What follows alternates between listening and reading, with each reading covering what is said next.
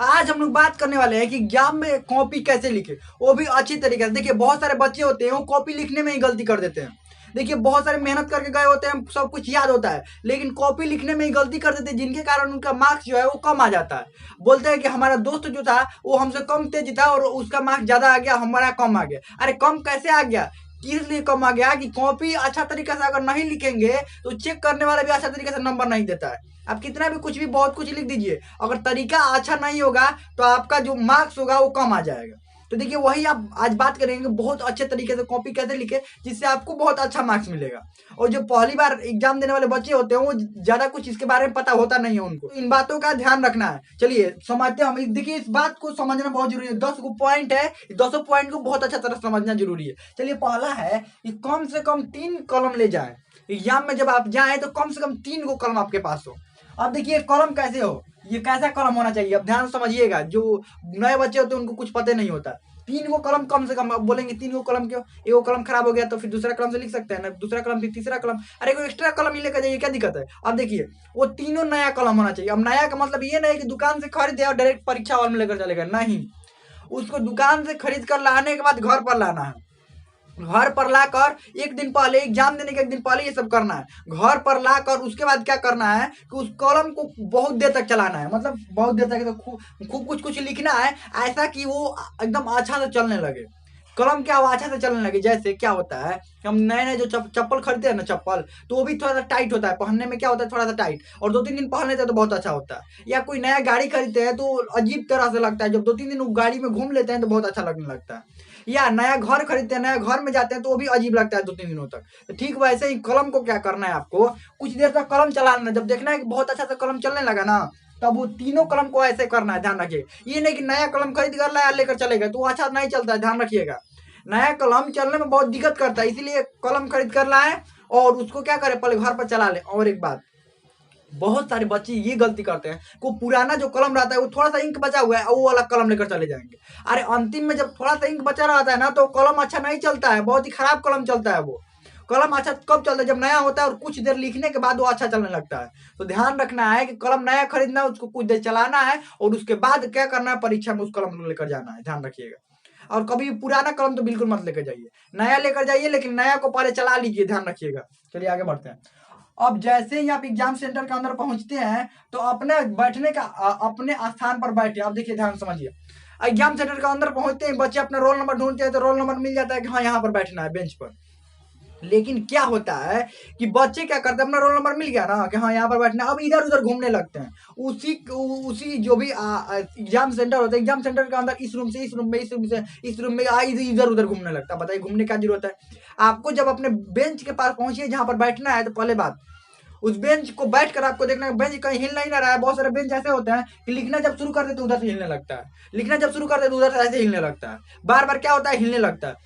तो ये बात ध्यान रखना है कि बेंच कहीं हिल तो नहीं रहा है ना। और एक बात देखिए कि हाँ बेंच सब ठीक ठाक है ना, हिल तो नहीं रहा है ना। और अपने जगह पर बैठिए, क्या करना है अपनी जगह पर बैठना है और सब चीज चेक कर लेना है कि एडमिट कार्ड तो लिए है ना और कलम अच्छा से रखे है ना, ये सब चेक कर लेना है। फालतू में काहे घूमेंगे उसके अंदर, अपने जगह पर बैठना होता है। तो क्या होता है अपने जगह पर बैठना होता है। चलिए आगे बढ़ते हैं। तीसरा नंबर, नाम रोल नंबर और रोल कोड भरे।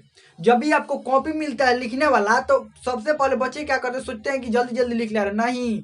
मेन आपका होता है कि नाम रोल नंबर और नाम रोल नंबर रोल कोड और भी जो भी उसमें डिटेल भरना होता है पहले भर लेना होता है। क्यों, क्योंकि कितना भी आप अच्छा लिख दे, अब यही नहीं बढ़िया से भर रहेगा तो कैसे रिजल्ट आएगा। मेन रिजल्ट किस पर आता है, रोल नंबर रोल कोड, ये इस पर ना सब रिजल्ट आता है। मेन रिजल्ट किस पर आता है, रोल नंबर रोल कोड पर आता है। अब पता नहीं चलेगी कॉपी किसका, ये कॉपी किसका है, इतना अच्छा नंबर आ गया पता नहीं चलेगा कॉपी किसका है तो दिक्कत हो जाएगा ना। तो पहले ध्यान से क्या करना होता है, नाम रोल नंबर रोल कोड और भी जितना भी डिटेल होता है भर लेना होता है। और जो भी उसमें समझ में नहीं आता है कि इसमें क्या भरना है, टीचर से पूछ लिया जाता है कि सर इसमें क्या भरना है। ये नहीं कि बहुत सारे बच्चे हीरो बनकर अपने से भर देते, गलती भर देते, नहीं। टीचर से क्या कर लेना होता है, टीचर इसीलिए वहां पर रहता है ना, वो जो एग्जाम लेने वाले होते हैं इसीलिए रहते हैं, तो वहां पर पूछ लेना उन लोगों से। आगे बढ़ते हैं।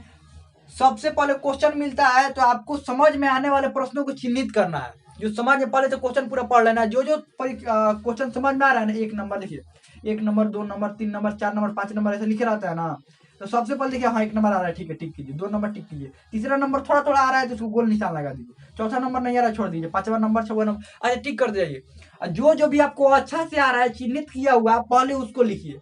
और जो हल्का हल्का आ रहा है उसके बाद उसको लिखिए। जो नहीं आ रहा है उसको अंतिम में लिखना होता है। क्या करना होता है? अंतिम में लिखना। ध्यान रखिएगा इस बात को। आगे बढ़ते हैं।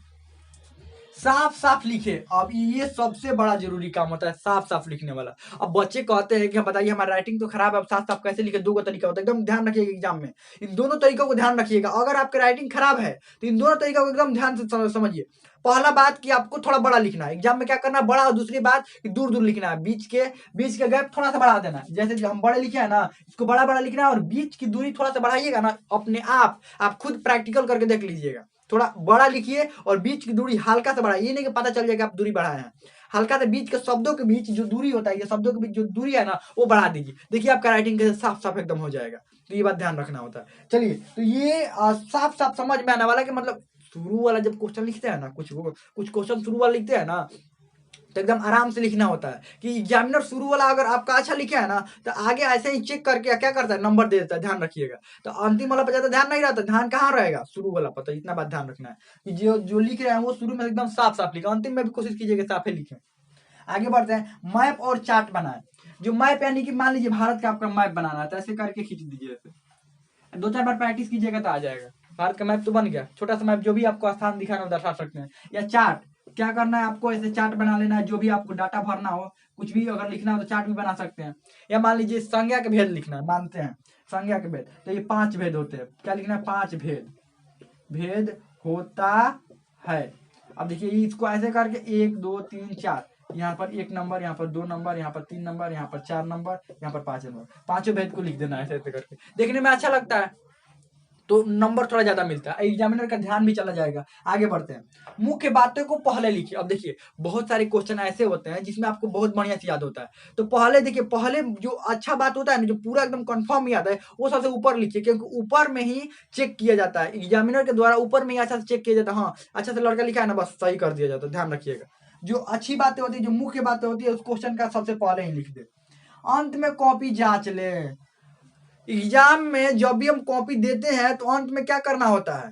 जांच लेना होता है। अंत में कॉपी क्या करना होता है? जांच लेना होता है कि हम सब सही से लिखे है ना, रोल नंबर रोल कोड बढ़िया से भरे है ना, सारे क्वेश्चन के आंसर सही लिखे है ना। ये नहीं कैसे दे देना होता है, सब क्या करना होता है? जांच लेना होता है, तब क्या करना होता है? देना होता है। ध्यान रखिए। आगे है 10 नंबर है, उपस्थिति दर्ज कराएं। उसमें अटेंडेंस बनता है कि कौन कौन एग्जाम देना है। अटेंडेंस कभी नहीं छोड़ना होता। टीचर तो आपके पास आएंगे ही अटेंडेंस बनाने के लिए, लेकिन खुद से भी ध्यान रखना होगा। उसमें अटेंडेंस आपको क्या करना होता है? बनाना होता है, यानी कि उपस्थिति दर्ज कराना होता है। उसमें अपना साइन का सिग्नेचर करना होता है और कुछ कुछ करना होता है कि मतलब उपस्थिति दर्ज कराना होता है कि आप एग्जाम देने आए हैं। तो इस बात को भी ध्यान रखना है। हमें लगता है कि बहुत अच्छा समझ में आ गया होगा। इसमें आपको कोई भी डाउट हो, कोई भी क्वेश्चन हो तो आप कमेंट में पूछ सकते हैं। हमें लगता है समझ में आ गया होगा।